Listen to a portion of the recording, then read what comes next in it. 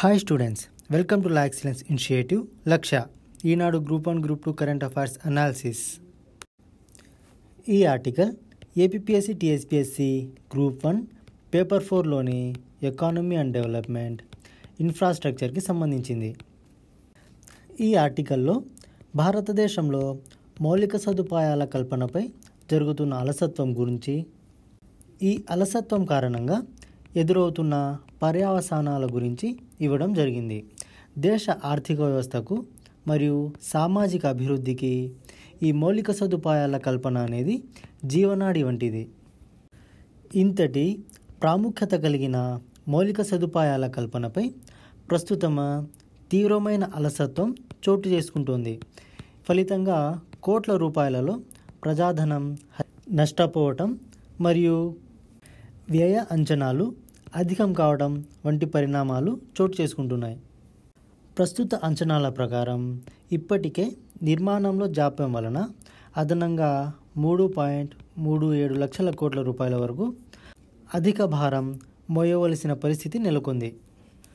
ప్రపంచంలో అభివృద్ధి చెందుతున్న దేశాల జాబితాలో మన దేశం ఉంది అని చెప్తున్నప్పటికీ క్షేత్రస్థాయిలో పరిస్థితులు మాత్రం ఇందుకు చాలా భిన్నంగా ఉన్నాయి.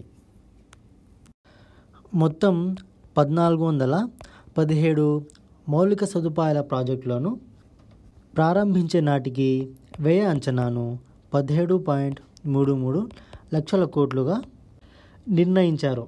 కానీ ప్రస్తుతం దీనికి అదనంగా 3.39 లక్షల కోట్ల రూపాయల వరకు పెరిగి మొత్తం 20.77 లక్షల కోట్లకు చేరినట్టు కేంద్ర గణాంకాలు కార్యక్రమాల మంత్రిత్వ శాఖ ఒక నివేదికలో పేర్కొంది. కేంద్ర ప్రభుత్వం చేపట్టే 150 కోట్ల రూపాయలకు పైబడి ఉన్న ప్రాజెక్టుల నిర్మాణాలను ఈ శాఖ పర్యవేక్షిస్తుంది. రహదారులు, రైల్వేస్, టెలికాం, విమానాశ్రయాలు, నౌకాశ్రయాలు తదితర రంగాల్లో చేపట్టే పనులను మౌలిక సదుపాయాల కింద ప్రకటిస్తారు. ఈ మొత్తం ప్రాజెక్టుల్లో 57% వరకు ప్రాజెక్ట్ కంప్లీట్ చేయడానికి నిర్ణయించుకున్న ఒక నిర్ణీత గడువు కన్నా 2 నుంచి 5 సంవత్సరాల వరకు అదనంగా కొనసాగుతున్నాయి. ప్రస్తుతం చేపడుతున్న ప్రాజెక్టుల్లో 196 ప్రాజెక్టుల సగటు ఆలస్యం 48 నెలలుగా తేలింది. అనగా ఒక్కొక్క ప్రాజెక్టు ప్రారంభించినప్పుడు పేర్కొన్న గడువు కన్నా అదనంగా మరొక 4 సంవత్సరాలు గడిచినా కూడా ప్రాజెక్టులు మాత్రం పూర్తి కావడం లేదు. నిర్మాణ సామాగ్రి పంపిణీలో అలసత్వం, కూలీలు మరియు నిధుల కొరత, భూసేకరణ, అటవీ మరియు పర్యావరణ అనుమతిలో జాప్యం మొదలైనవి మౌలిక సదుపాయాల అభివృద్ధి ప్రాజెక్ట్స్ డిలే అవ్వడానికి ప్రధానమైన కారణాలు. ఆదాయానికి మించి కొత్త ప్రాజెక్టులను చేపట్టడం కూడా మరొక ప్రధానమైన కారణంగా చెప్పవచ్చు. ఏదైనా ఒక దేశం యొక్క మౌలిక సదుపాయాలు వృద్ధి చెందకపోతే ఏ దేశము కూడా ప్రగతి పథంలో పయనించలేదని ప్రపంచ అనుభవాలు మరియు అధ్యయనాలు వెల్లడిస్తున్నాయి. ప్రపంచంలో అత్యధిక జనాభా గల చైనా శరవేగంగా అభివృద్ధి చెందుటకు ప్రధానమైన కారణం చైనాలో ప్రభుత్వం చేపట్టిన మౌలిక సదుపాయాల కల్పనగా చెప్పవచ్చు. ప్రపంచంలోనే అతిపెద్ద 3 గార్జెస్ నిర్మాణంతో పాటు సముద్రాలు మరియు మంచు పర్వతాలలో వంతెనల నిర్మాణం, జాతీయ రహదారుల నిర్మాణంలో చైనా ప్రపంచ దేశాలతో పోటీ పడుతుంది. భారత్లో ఒక ప్రాజెక్ట్ రూపకల్పన జరిగితే అది పూర్తయ్యే వరకు ఎన్ని ప్రభుత్వాలు మారతాయో చెప్పలేని పరిస్థితి. ప్రధానమంత్రి కార్యాలయం నెలవారీగా ప్రగతి పేరుతో అభివృద్ధి ప్రాజెక్ట్ పనులను సమీక్షిస్తోంది. సమీక్ష అనంతరం అలసత్వము గురించి సంబంధిత మంత్రిత్వ శాఖకు మార్గదర్శకాలను జారీ చేస్తుంది. ఆయా శాఖలు కూడా అంతర్గత సమీక్షలు జరుపుతున్నప్పటికీ ప్రాజెక్టుల నిర్మాణం అనేది భారతదేశంలో వేగంగా పూర్తి కావడం లేదు. మన దేశంలో రాష్ట్రాలు సంక్షేమ పథకాలతో పాటుగా మౌలిక సదుపాయాల ప్రాజెక్టులపై దృష్టి సారిస్తే ఆదాయ వనరులు పెరుగుతాయి. ఈ మౌలిక సదుపాయాల కల్పనను రాబోయే 25 సంవత్సరాలలో పెరిగే జనాభాను దృష్టిలో పెట్టుకొని ప్రణాళికల రూపకల్పన చేసి అభివృద్ధి ప్రాజెక్టులను చేపట్టాలి. ఈ ప్రాజెక్టులలో ప్రధానంగా గ్రామీణ ప్రాంతాలకు పట్టణ మరియు నగర ప్రాంతాలతో యాక్సెసిబిలిటీని కల్పించాలి. అంటే గ్రామీణ ప్రాంతాలను పట్టణ మరియు నగర ప్రాంతాలతో అనుసంధానం చేయాలి. ప్రతి జిల్లా కేంద్రం నుంచి రాష్ట్ర రాజధానికి 4 వరుసల రోడ్లు, రాష్ట్ర రాజధాని నుండి దేశ రాజధానికి 8 వరుసల రోడ్లను ఏర్పాటు చేయాలి. దేశం యొక్క అభివృద్ధి అంటే ఆ ప్రదేశంలో ప్రజలు ఆర్థికంగా బలపడటం. ఒక దేశంలో నివసిస్తున్న ప్రజలు ఆర్థికంగా బలపడటాన్ని అభివృద్ధిగా పేర్కొనవచ్చు. వెనుకబడిన ప్రాంతాలలో మౌలిక సదుపాయాల కల్పన వల్ల అక్కడి పరిశ్రమలు ఆ ప్రాంతంతో పాటు రాష్ట్రానికి మరియు దేశానికి ఆదాయ వనరులుగా మారుతాయి. అందువల్ల మౌలిక సదుపాయాల కల్పన కొరకు సరైన ప్రణాళికలను రూపొందించి సరి అయిన పర్యవేక్షణ యంత్రాంగంతో నిర్ణీత గడువులోగా పూర్తి చేయాలి. నిర్మాణ పనుల్లో జాప్యం కారణంగా ప్రజాధనం వృధాతో పాటు ప్రగతి కూడా కుంటుపడుతుంది. ఈ ఆర్టికల్ ఆంధ్రప్రదేశ్ కరెంట్ అఫైర్స్కి సంబంధించింది. కవి మరియు సాహితీవేత్త అయిన ఏనుగుల వీరస్వామి జ్ఞాపకాలను మనకు గుర్తు చేయటానికి ఆంధ్ర విశ్వవిద్యాలయం యొక్క రిటైర్డ్ ప్రొఫెసర్ అయిన ఎం ఆదినారాయణ సంకల్పించారు.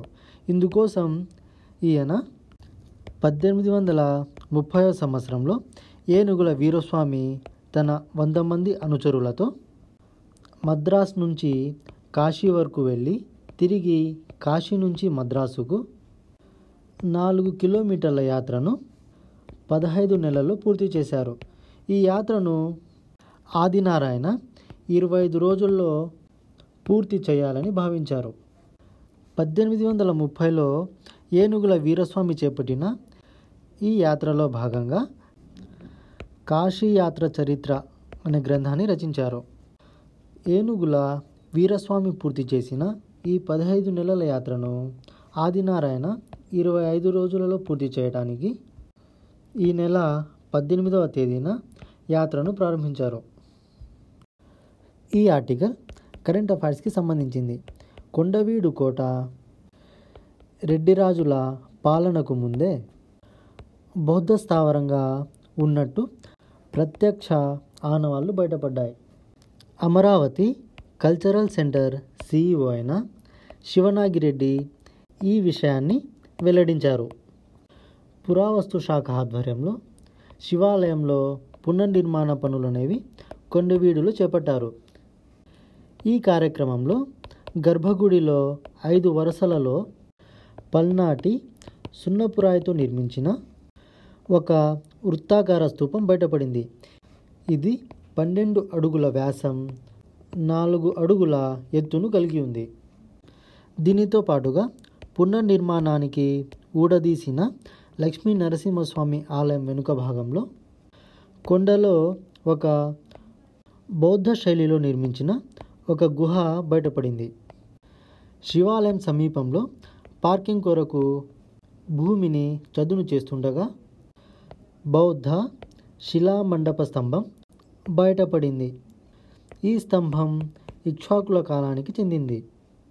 ప్రస్తుత ఈ ఆధారాల ప్రకారం కొండవీడు కోట శాతవాహనులు మరియు ఇక్ష్వాకుల కాలంలో ఒక బౌద్ధారామంగా ఉండేదని పేర్కొన్నారు. ఈ ఆర్టికల్ APPSC గ్రూప్ 1 పేపర్ 4లోని ఎకానమీ AP అగ్రికల్చర్కి సంబంధించింది. ఇప్పటి వరకు ఆంధ్రప్రదేశ్లో వ్యవసాయ అభివృద్ధికి చేపట్టిన కార్యక్రమాల గురించి, దానికి చేసిన ఖర్చు గురించి ఇవ్వటం జరిగింది. వ్యవసాయదారులకు రుణమాఫీ కింద 3 వాయిదాల్లో ఇప్పటి వరకు 15,147 కోట్ల రూపాయలను ప్రభుత్వం చెల్లించింది. రైతు రథం పథకం కింద 2.5 లక్షల రూపాయల రాయితీతో 12,215 పెద్ద ట్రాక్టర్లను అందించారు.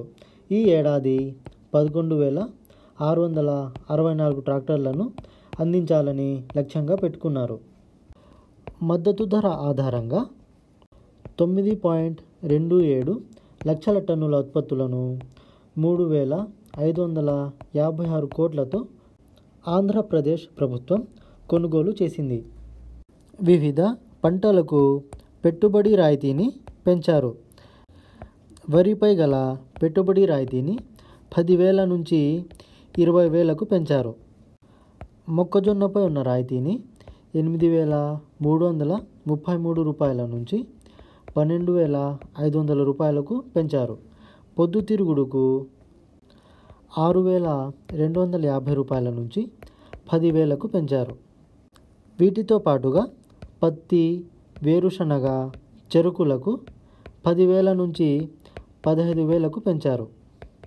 ఆంధ్రప్రదేశ్ ప్రభుత్వం గోకులం, మినీ గోకులం పేరుతో పథకాలను ప్రవేశపెట్టి పశువులకు వసతి గృహాల ఏర్పాటుకు ఆర్థిక సహాయాన్ని అందిస్తోంది. ఈ ఆర్టికల్ కరెంట్ అఫైర్స్కి సంబంధించింది. ఈ ఆర్టికల్లో డ్రీమర్లు గురించి ఇవ్వడం జరిగింది. డ్రీమర్లు అంటే చిన్నతనంలోనే తల్లిదండ్రులతో కలిసి అమెరికాకు వలస వచ్చినవారు. వీరిని డ్రీమర్లుగా పేర్కొంటారు. అమెరికాలో ప్రస్తుతం నెలకొన్న ప్రభుత్వ ప్రతిష్టంభనను తెరదించేందుకు అమెరికా అధ్యక్షుడు ట్రంప్ ఒక ప్రతిపాదనను తీసుకొచ్చారు. ఈ ప్రతిపాదన ఏమిటంటే, సరిహద్దు గోడ నిర్మాణానికి తాను డిమాండ్ చేస్తున్న $570 కోట్ల రూపాయలను కాంగ్రెస్ కేటాయిస్తే విపత్తులు, హింస కారణంగా స్వదేశాల నుంచి అమెరికాకు తాత్కాలిక రక్షణ కొరకు వచ్చిన వారితో పాటు ఈ డ్రీమర్లను దేశం నుంచి వెళ్ళగొట్టకుండా 3 సంవత్సరాల వరకు తాత్కాలిక ఉపశమనం కల్పిస్తానని పేర్కొన్నారు. ఈ ఆర్టికల్ కరెంట్ అఫైర్స్కి సంబంధించింది. ప్రపంచంలోనే అతి ఎక్కువ వయసున్న వ్యక్తిగా గిన్నీస్ బుక్ రికార్డుకెక్కిన జపాన్ వాసి అయిన మెజాజో నొకాకా మృతి చెందారు. 1905 జూలై 25న ఈయన జన్మించారు. గత సంవత్సరం 112 ఏళ్ల 259 రోజులు పూర్తి చేసుకొని రికార్డుకెక్కారు. ఈ ఆర్టికల్ కరెంట్ అఫైర్స్కి సంబంధించింది. దక్షిణ ధ్రువానికి చేరుకున్న మొదటి మహిళా ఐపీఎస్ ఆఫీసర్గా అపర్ణ కుమార్ నిలిచారు. ఈ దక్షిణ ధ్రువాన్నే జియోగ్రాఫికల్ సౌత్ పోల్ అని, టెర్రెస్ట్రియల్ సౌత్ పోల్ అని కూడా అంటాము. దక్షిణ ధ్రువాన్ని చేరిన మొదటి మహిళ యాన్ బ్యాంక్రాఫ్ట్. దక్షిణ ధ్రువాన్ని చేరిన మొదటి వ్యక్తి రొనాల్డ్ ఆమండ్సన్. అపర్ణ కుమార్ ప్రపంచవ్యాప్తంగా 211 పర్వతారోహణలు చేయటమే కాక ఆ పర్వతాలను కొలిచి అరుదైన ఘనతను సాధించారు. ఈ ఆర్టికల్ కరెంట్ అఫైర్స్కి సంబంధించింది. ఆధార్ కార్డ్కు మరొక ప్రయోజనం కల్పిస్తూ కేంద్ర హోంశాఖ ఆదేశాలను జారీ చేసింది. 15 ఏళ్ళు లోపుగల మరియు 65 ఏళ్ళు పైబడిన భారతీయులకు నేపాల్ మరియు భూటాన్ దేశాలకు వెళ్ళాలనుకుంటే ఈ ఆధార్ను గుర్తింపుగా చేసింది. ఈ 2 దేశాలకు వెళ్ళాలనుకునే భారతీయులకు పాస్పోర్ట్, ఓటర్ ఐడి లేదా పాన్ కార్డ్ వంటి ఫోటో గుర్తింపు కార్డు ఉంటే చాలు. ఈ 2 దేశాల సందర్శనకు వీసా అనేది అవసరం లేదు. ఈ పాస్పోర్ట్ మరియు ఓటర్ ఐడి లేదా పాన్ కార్డుల జాబితాలో ఆధార్ను చేర్చారు. భారత పౌరులకు కాఠ్మాండూలోని భారత రాయబార కార్యాలయం ఇచ్చే రిజిస్ట్రేషన్ ధృవపత్రం ఆధారంగా ఇరు దేశాల మధ్య ప్రయాణించడానికి అవకాశం లేదు. కానీ అత్యవసర సమయంలో మాత్రం నేపాల్ నుంచి భారతదేశానికి రావడానికి ఇది ఉపకరిస్తుంది. ఇరు దేశాల మధ్య ప్రయాణించాలనుకునే 15 నుంచి 18 సంవత్సరాలు గల విద్యార్థులకు ఆయా పాఠశాలల ప్రిన్సిపల్స్ ఇచ్చే ధృవపత్రం సరిపోతుంది. కుటుంబం అంతా వెళ్తున్నప్పుడు ఒక్కరికి పాస్పోర్ట్ ఉన్నా చాలు. Thank you.